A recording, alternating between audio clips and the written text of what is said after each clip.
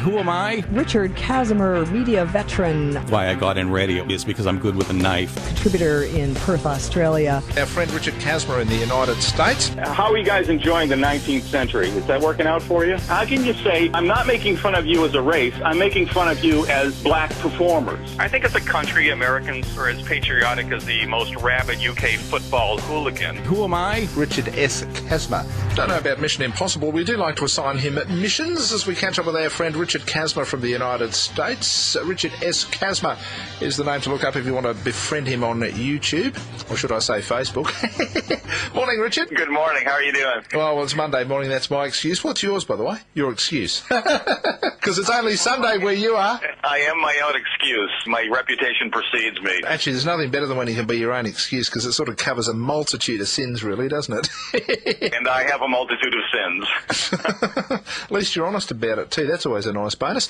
Hey, so something that often comes into focus, and I guess something through various different TV shows and what have you, we tend to see depictions of a lot of American emergency services, and we sort of sometimes wonder how they compare with our own. We've got a fair idea how our own work, but for the emergency services in the United States, I suppose we'd look at how each works, also what they do for the community, and I guess response times are something else that might come into sharp focus.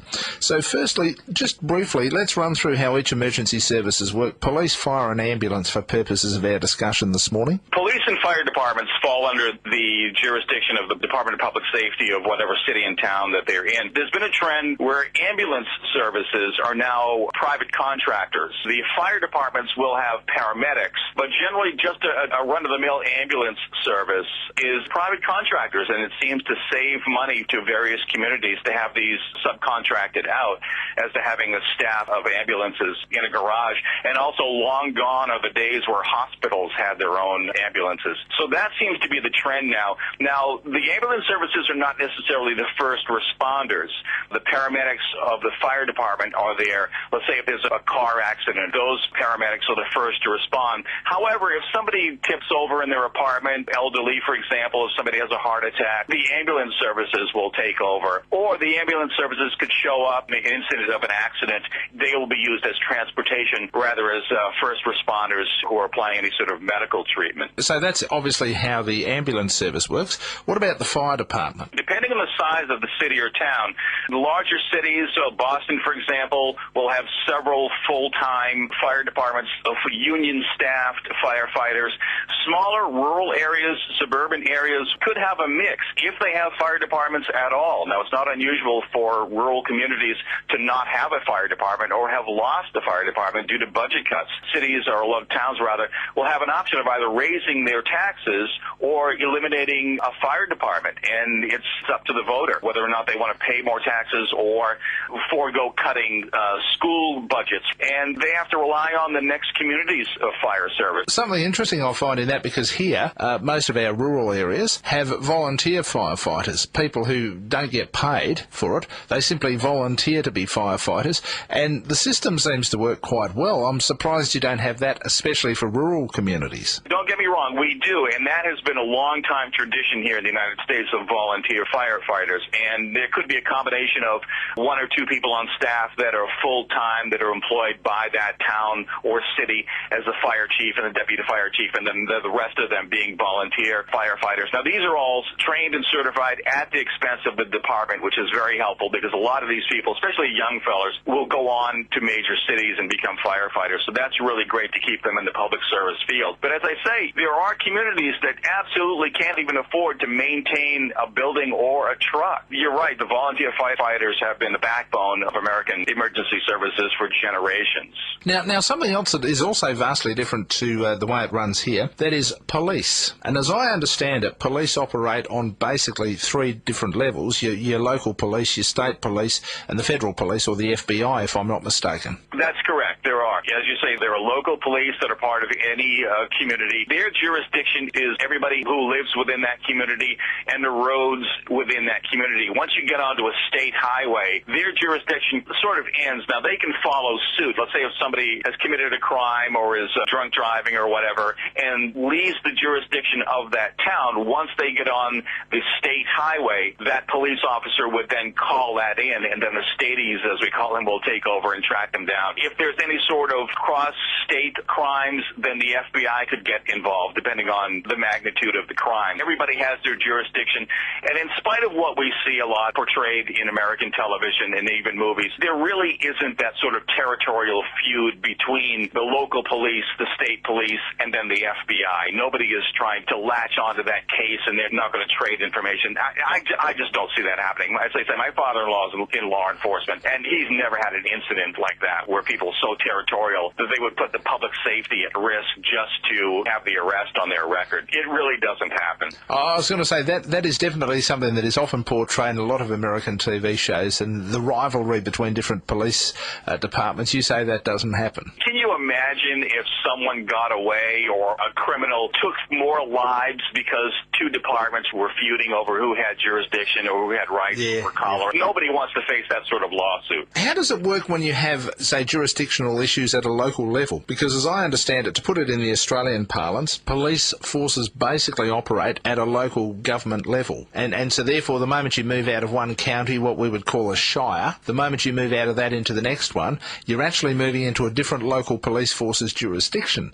Now, how does that work? Then the state would get involved, because as you cross the lines between city to city, the local gendarmes can work with the next town if they know that that's where that person lives, or if they're trading information. Everybody works together. It doesn't matter who arrests them. The original town where the crime is committed, whether they get the arrest or the person is arrested in another town or a city, nobody really cares. It's all about the trading of information.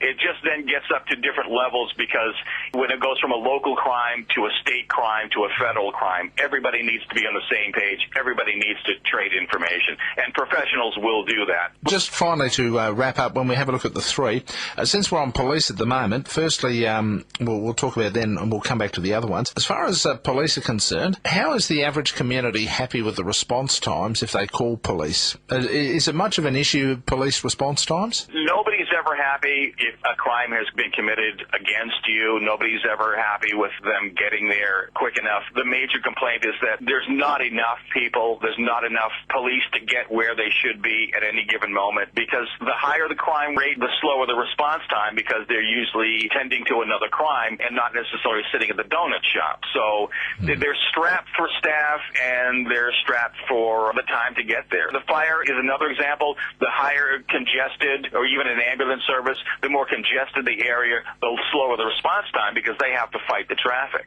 Yeah, gotcha. I was just about to ask you about the fire and the ambulance, and their response times are also an issue. Now, when these things are an issue, are the issues fair, do you think, or do you think that on reflection the response times are actually pretty good?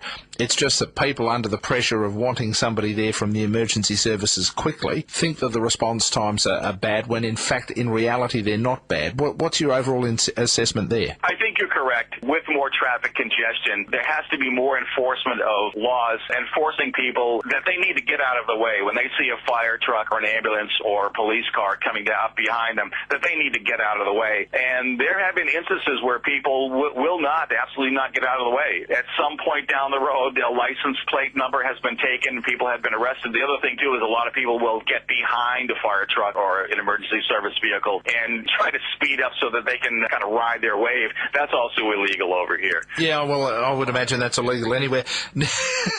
Just common sense dictates it would be. Hey, just moving on, national monuments, and obviously, of course, you have your fair share of national monuments. The biggest question that I suppose we can ask about national monuments is, do people respect them by and large? I think so. We're very prideful of our national monuments, national parks.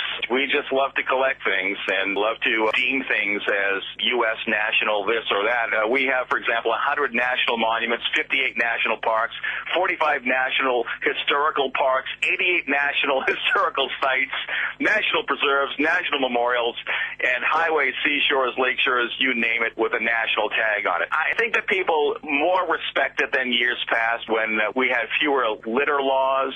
I don't see a lot of tagging of monuments simply because there's a lot of staff, and also particularly after 9/11, staff members are more vigilant to, let's say, a man-made constructed monument like the Washington Monument or something like that. So it's kind of hard to go up and deface these things. The other issue is that when you go to like a national park, which is also a national monument is anything from the Aztec ruins in New Mexico to the Statue of Liberty, to Abraham Lincoln's home. Even the Marianas Trench is a U.S. national monument. I doubt if people are going to be over there tagging the Marianas Trench with spray paint. But the fact remains, the more people you have visiting these national monuments, then the more use they get, and then the more chances you have of somebody wanting to take a little piece of antiquity home with them. You want to get the people to go and visit these things, which also generates revenue, but the more usage it gets, the more wear and tear it gets. Well, that was actually something I was going to ask you. Where does the money come from to keep these up? I mean, obviously a certain amount of revenue would obviously be gathered by people who visit them, but is that enough to provide preservation for them as well as to pay the staff, or do federal taxes have to be used to keep these up? These are all part of the federal budget. There are various agencies that run any particular monument or national park. Depending on what type, what category the national monument or national park falls under, then that department would face it. It could be anything from the U.S. Forestry Service, the National Park Service, Bureau of Land Management, even NOAA, the National Oceanographic and Atmospheric Administration, has jurisdiction over certain areas. So that money is all allocated yearly in a federal budget. They have to maintain everything, all the upkeep, maintenance, and staff within that budget. And a lot of times, those budgets are cut from administration to administration. Yeah, well, I was about to ask you, is there ever criticism of that, especially if the argument then starts to be made that there isn't enough money in there to maintain something, especially if you, say, for example, are talking about a structure or a monument that does actually need physical maintenance. You can kind of imagine that must become an issue. How generally do they deal with that? There are public groups that actually raise money to do that, people who have a particular penchant for a certain historical figure. Let's take, for example, Betsy Ross, who made the American flag. Betsy Ross's home is in the National Registry as a national monument.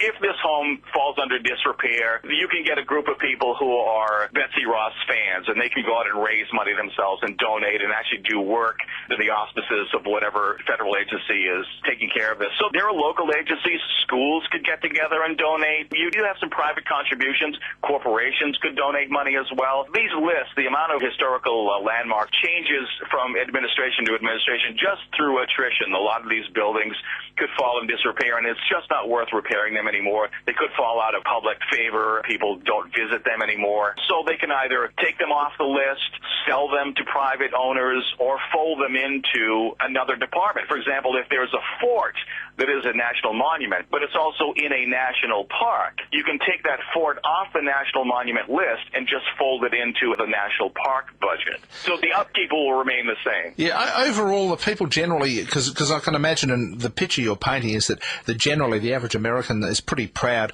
of their national monuments.